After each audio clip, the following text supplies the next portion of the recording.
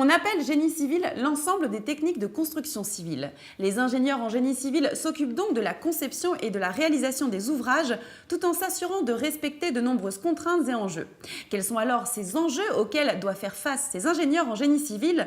Quels sont les métiers de ce secteur? Pourquoi de nombreux étudiants du BTP se spécialisent dans le génie civil et vers quel métier précisément? Est-il source d'emploi, notamment avec le projet Grand Paris? Pour suivre ce sujet, je vous invite à regarder ce débat en la présence de M.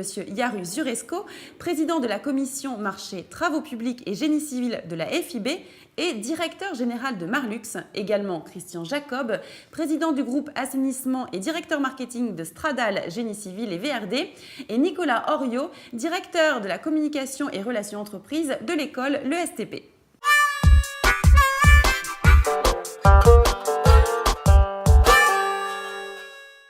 Le génie civil, c'est aujourd'hui le débat du jour, le sujet du jour de discussion. Monsieur Zuresko, qu'est-ce qu'on entend par génie civil? Alors, le génie civil recouvre énormément de choses qui sont sous des appellations génie civil, travaux publics, etc.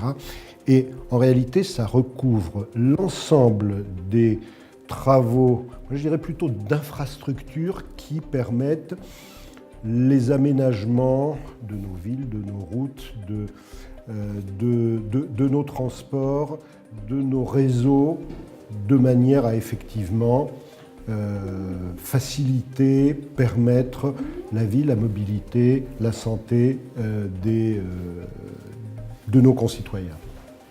Alors, Monsieur Jacob, il y a différents métiers dans le génie civil. On parle de calculateur projeteur, de topographe, de géomètre. Quels sont les champs d'intervention du domaine du génie civil? Les domaines d'intervention sont effectivement extrêmement variés, puisque ça part de l'étude proprement dite du projet, et savoir qu'est-ce qu'on veut faire, où est-ce qu'on veut le faire, comment on va le faire. Ensuite, il va y avoir toute une partie d'études soit dans un bureau d'études, soit dans une entreprise de génie civil ou de travaux publics. Là.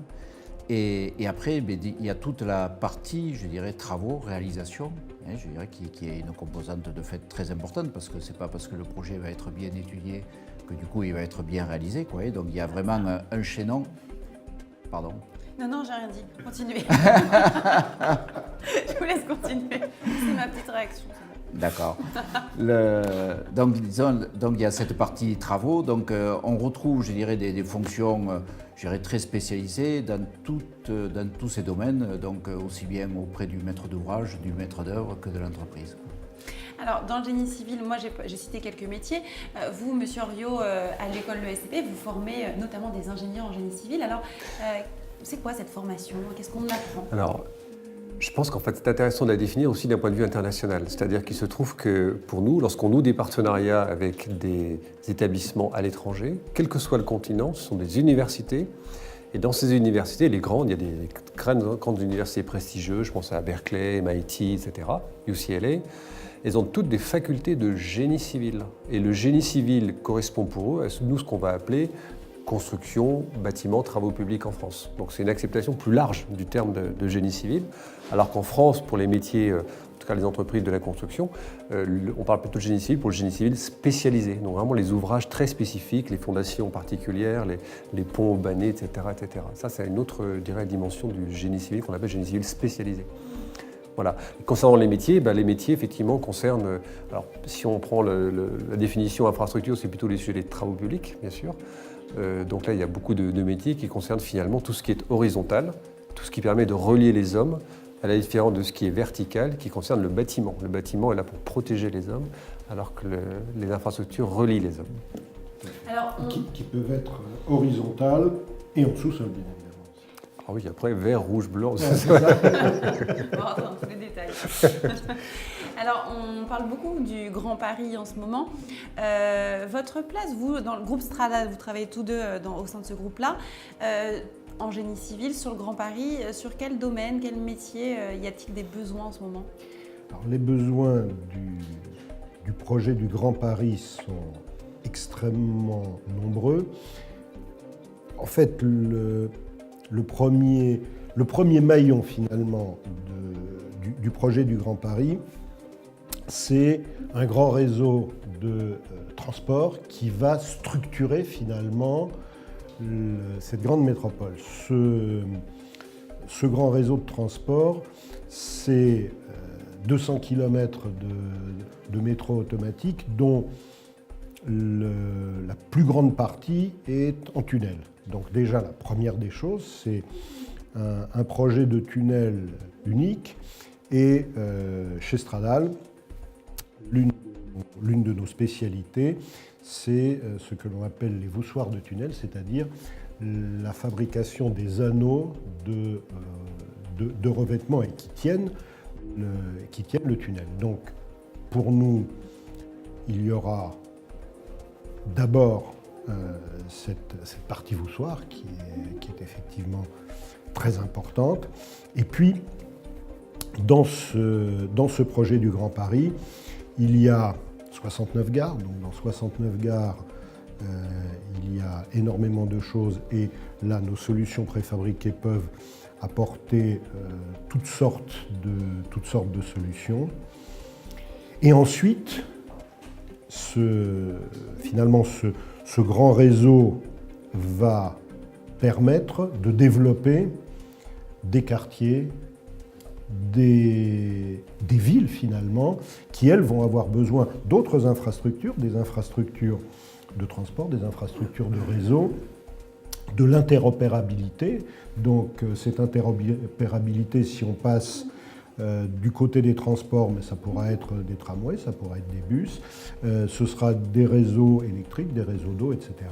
Donc tout un ensemble d'infrastructures qui sont notre spécialité en tant qu'entreprise de préfabrication pour laquelle nous avons effectivement un certain nombre de solutions, mais ça Christian va en parler. Les solutions alors, monsieur Les Jacob. solutions alors, donc, Strada est une société qui est spécialisée dans les solutions et produits en béton pour les infrastructures. Donc la société fait partie d'un groupe qui est le groupe CRH et qui est implanté sur le plan national, quoi, avec donc un maillage industriel de 28 usines. Juste avant donc effectivement, on fait un focus sur le Grand Paris. Là, je voudrais juste préciser que le Grand Paris, c'est malheureusement aujourd'hui dans les infrastructures un peu l'arbre qui cache la forêt, dans le sens où ce marché-là est quand même très fortement dépressif depuis quelques années, quoi. 2016 ne dérogera pas à la règle. Bon, donc je dirais que le Grand Paris, effectivement, c'est un peu un ballon d'oxygène sur la région, mais globalement, disons, la France souffre, quoi. Et donc sur le Grand Paris, là, pour compléter ce que disait Yaru, là, donc sur la partie tunnel, grande infrastructure souterraine de transport, je dirais c'est vrai que pour faire un bon aménagement urbain, il va être nécessaire d'avoir des infrastructures, donc infrastructures d'assainissement, des infrastructures de gestion des eaux pluviales, des infrastructures de voirie. Et donc dans ce cadre-là, Stradale, je dirais, est un spécialiste aussi bien, je dirais, d'éléments de réseaux d'assainissement comme les tuyaux, les regards de visite, de gestion des eaux pluviales avec des caniveaux à grille, des caniveaux qui peuvent s'intégrer très facilement, je dirais, dans des aménagements esthétique comme le nouveau caniveau Urbani là, qui vient d'être élu produit de l'année, je dirais, par les professionnels du BTP. Avec du design et des couleurs, effectivement, là, de façon à ce que, comment dire, on puisse allier à la fois des qualités esthétiques et techniques et qui permettent de collecter, disons, les eaux de ruissellement et d'éviter que quand vous-même ou nous tous, on met le pied hors de la voiture ou hors de chez soi, on ne mette pas les pieds dans l'eau, quoi, dès qu'il y a une pluie orageuse, quoi. Voilà, et puis après, il ne faut pas oublier non plus tout ce qui est réseau télécom, et on parle beaucoup des réseaux fibre optique. Donc tout ça, je dirais, c'est nécessaire, c'est un peu les conditions nécessaires et suffisantes pour que cet aménagement du Grand Paris soit un succès et que surtout, je dirais, tout soit anticipé le plus tôt possible pour faire une urbanisation, je dirais, de qualité. Alors, on parlait du Grand Paris, j'aimerais rester là-dessus, puisque selon une étude de la Directe, on prévoit 18 000 emplois en 2018 sur le simple projet du Grand Paris.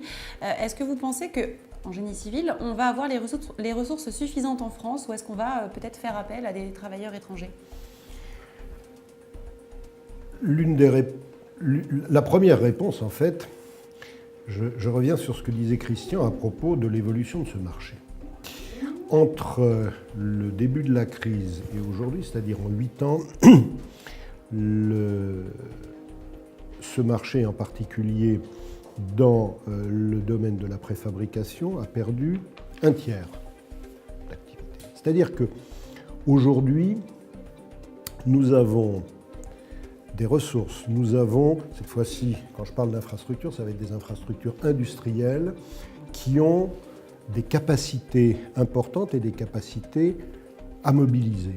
Donc, les capacités, le savoir, le potentiel industriel, nous l'avons.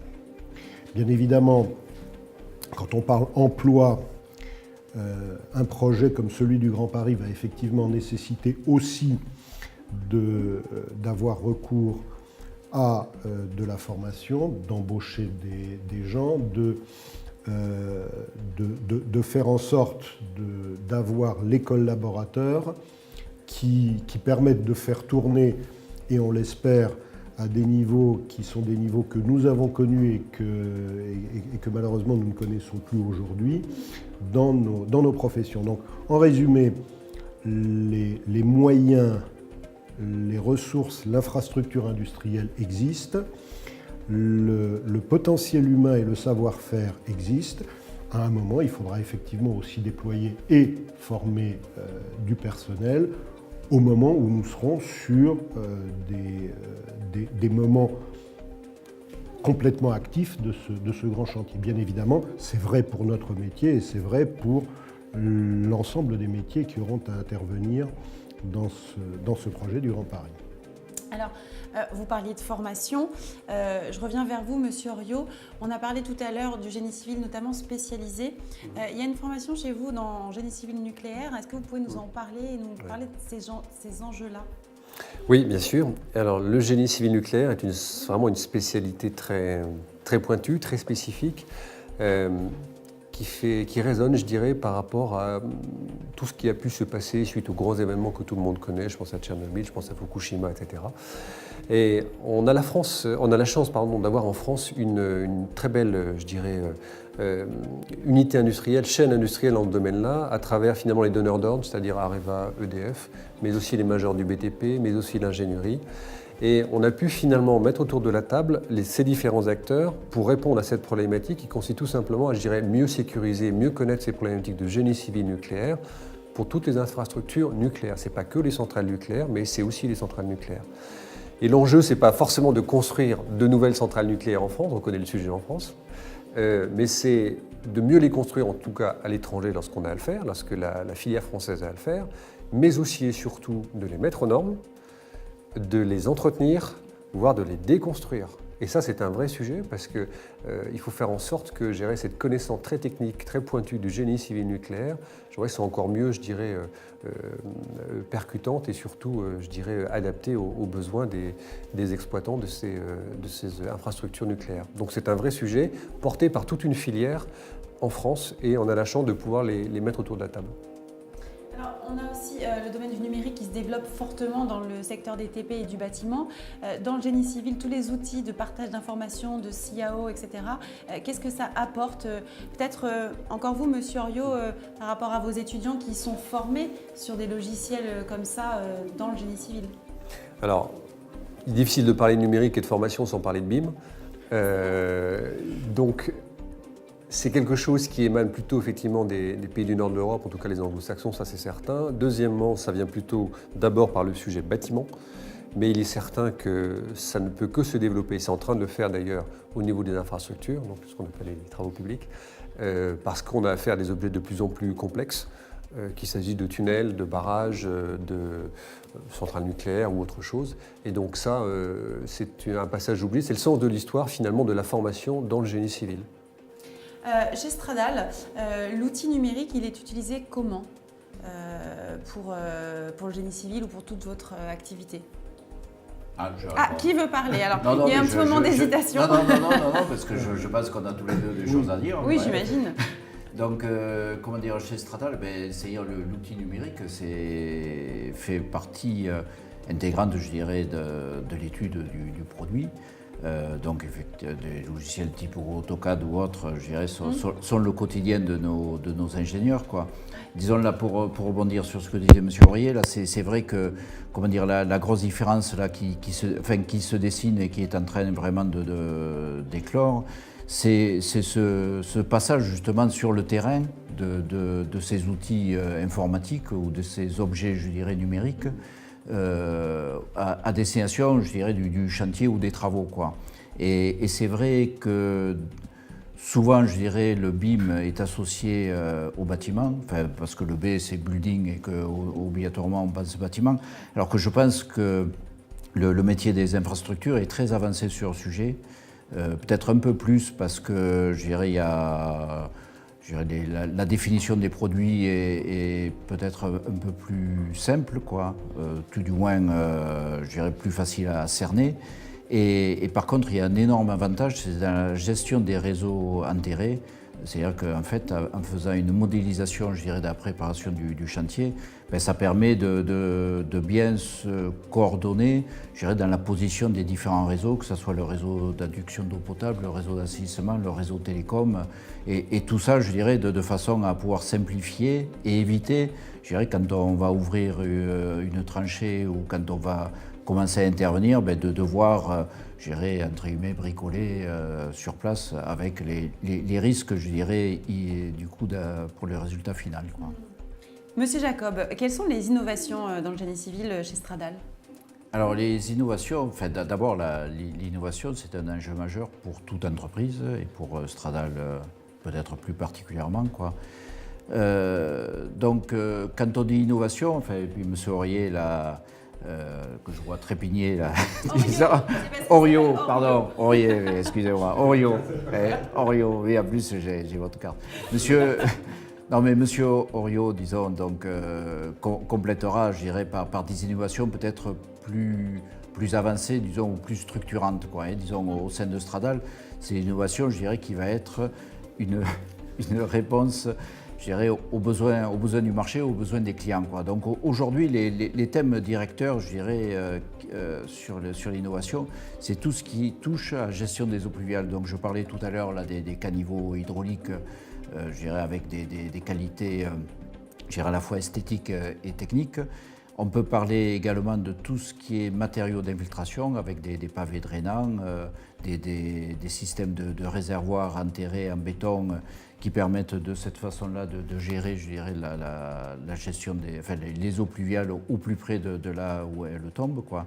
Et puis il y a tout un volet plus lié à la voirie qui est pour les circulations des personnes à mobilité réduite et la fameuse accessibilité au PMR, quoi.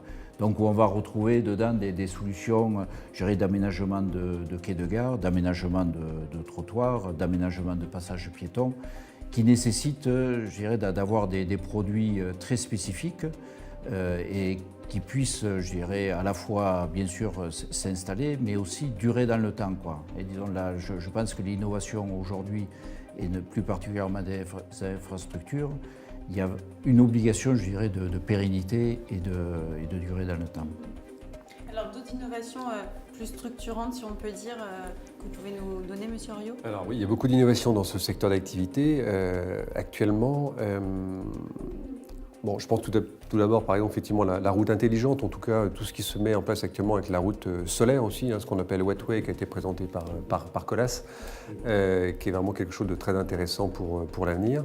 Et aussi la route intelligente avec tous les capteurs qui permettent justement d'avoir quelque chose, en tout cas un objet, une infrastructure qui puisse, je dirais, mieux faire comprendre les passages des uns et des autres, des véhicules ou les personnes. Mais au-delà de ça, ce que je voudrais dire, c'est qu'il y a eu un classement, il y a, je crois la semaine dernière ou il y a 15 jours, d'une instance internationale, OCDE ou FMI, je ne me souviens plus de la source en tout cas, qui disait que la France était 6e au niveau international en termes de recherche, donc c'est très bien. Mais elle n'est que 16e en termes d'innovation. Ce qui signifie qu'il y a une perte en ligne entre les deux. Or, il se trouve que, en tout cas pour ce qui nous concerne, nous, dans notre domaine, on essaie de faire en sorte que l'innovation soit très importante. en tout cas au sein d'écoles. La recherche elle est plutôt limitée au sujet matériel-matériaux, ça c'est une réalité. Et en tout cas, je crois que l'une des pistes vraiment sur le sujet innovation en termes de génie civil pour nous, c'est bien sûr les matériaux, mais on vient d'en parler à travers ce qu'on vient de se dire là, sur les bitumes, etc. Mais aussi sur ce qu'on appelle la constructibilité, c'est-à-dire comment mieux construire une infrastructure, un bâtiment. En gros, c'est comment faire mieux avec moins. Moins de temps, moins d'argent, moins d'énergie, moins de CO2, etc. Et ça, c'est vraiment du process. Et là, sur ces sujets-là, on a une vraie voie de progrès. Et c'est d'ailleurs tout l'objet de notre centre de recherche à l'école, au-delà du sujet matériaux. Donc ça, c'est une vraie voie pour l'avenir. Monsieur Zuresco, vous êtes expert en génie civil chez Stradal, vous vous occupez aussi de la FIB, donc la filière béton. J'aurais souhaité vous poser une question sur le béton. On dit que le béton se stabilise seulement au bout de plusieurs années en raison du fluage. Alors, est-ce que vous pouvez nous expliquer cette technique ? En réalité, le béton est un matériau qui, une fois qu'il a été fabriqué, a un cycle de durcissement lié au ciment qui se fait d'abord très rapidement. Ensuite, le béton, comme d'autres matériaux dans le temps, peut effectivement évoluer, mais ça n'est pas que l'apanage du béton en l'occurrence. Aujourd'hui, les exigences que nous donnent nos clients, maîtres d'ouvrage, maîtres d'œuvre, sur des ouvrages complexes ou sur des ouvrages à exigences fortes, nous amènent à garantir des bétons avec, par exemple, des durées de vie de 100 ans. Donc, et comment on estime la durée de vie d'un matériau ?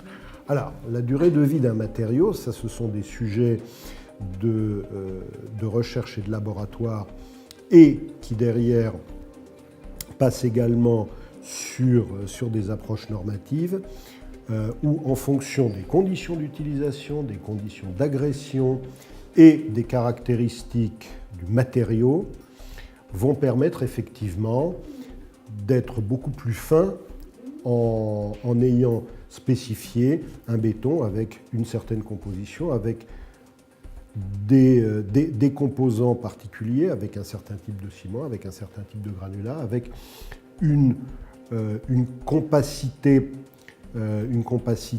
importante. Et là, les solutions de préfabrication qui permettent de contrôler et d'avoir une traçabilité en usine de chacun des composants est effectivement un atout majeur, en ce sens que les produits que l'on va livrer pour un projet sont des produits qui ont une traçabilité absolue et qui ont déjà été complètement testés en usine et qui permettent de répondre, une fois qu'on est sorti d'usine, à ces caractéristiques qui vont garantir une durabilité, une durée de vie des éléments et derrière de l'ouvrage.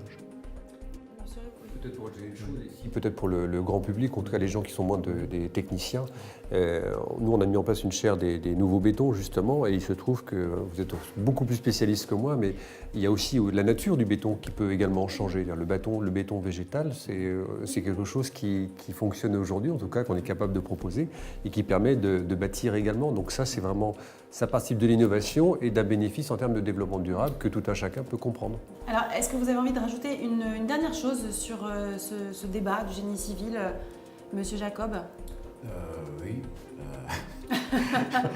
Si tout est dit après. Non. Là, je dirais, là, c'est un thème qui fait partie de notre vie, les infrastructures. Je pense qu'en France, comme tout citoyen, je dirais, on est en droit d'attendre, je dirais, des infrastructures. On a un patrimoine d'infrastructures qu'il faut entretenir. Et je dirais, là, je pense que c'est un message, je dirais, qui doit passer. Et quand vous parliez tout à l'heure de durée de vie, il faut savoir qu'aujourd'hui, par exemple, un réseau d'assainissement, qu'on le souhaite ou qu'on ne le souhaite pas, mais compte tenu des allocations de ressources, doit tenir plus de 100 ans. Donc là, c'est vrai que comment dire, il est important d'avoir cette durabilité. Et donc les infrastructures font partie de notre vie. Il faut faire en sorte que, je dirais, celles qui nous ont été léguées par nos parents, ben on en transmette, je dirais, on soit fiers de celles qu'on va transmettre à nos enfants. C'est beau. Monsieur Suresco. Écoutez, après,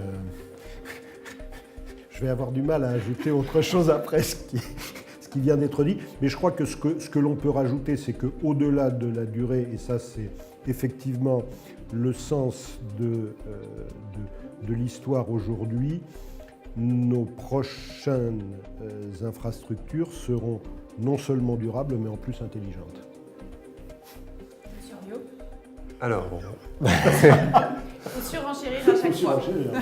alors, moi je pense que, même si les temps sont durs actuellement dans le domaine des travaux publics en France, je pense il faut toujours se rappeler qu'il faut être très fier de la filière génie civil en France, parce que je pense qu'au niveau international, d'abord, c'est ce qui permet à notre pays d'être encore plus attractif et compétitif. Donc on a intérêt effectivement à pouvoir continuer à avoir un réseau aussi bien, je dirais, de grande qualité, qu'il s'agisse des lignes TGV, des autoroutes, etc., etc. Et le deuxième élément, c'est qu'on a la chance quand même d'avoir des entreprises, soit d'ingénierie, soit de BTP, qui s'exportent dans le monde entier depuis plus d'un siècle et qui font autorité, qui ont un vrai savoir-faire sur ce sujet qui est le génie civil. Autant on n'est pas vraiment, je dirais, compétitif maintenant dans le domaine du bâtiment face à des entreprises chinoises, c'est une évidence. Autant lorsqu'il s'agit de construire des ouvrages très complexes tels que de nouveaux barrages ou des métros à l'autre bout du monde, on a les compétences pour le faire et ça c'est une vraie force pour notre pays. Voilà. Voilà, sur un très grand projet comme celui du Grand Paris, est-ce qu'on va avoir les ressources et les capacités? J'ai donné une réponse tout à l'heure, mais il y en a une autre qui découle complètement de ce que vous venez de dire, qui est que si aujourd'hui les ingénieries et les entreprises françaises sont effectivement capables de développer dans des pays où finalement ça n'existait pas des infrastructures extrêmement importantes, elles sont absolument capables de le faire à la porte de chez elles, c'est-à-dire à Paris. Et oui. Et c'est important, ça, on espère vraiment que ça va se passer de cette façon et qu'on va utiliser les compétences et les ressources en France pour développer toutes nos infrastructures. C'est évident. Ben, merci beaucoup, messieurs, d'avoir été avec nous. Merci à vous. Merci à vous de nous avoir suivis. On se retrouve très vite pour un nouveau débat sur cette émission, sur votre émission Ça fait débat. Et n'hésitez pas, donnez-nous toutes vos impressions sur le site de btp.tv.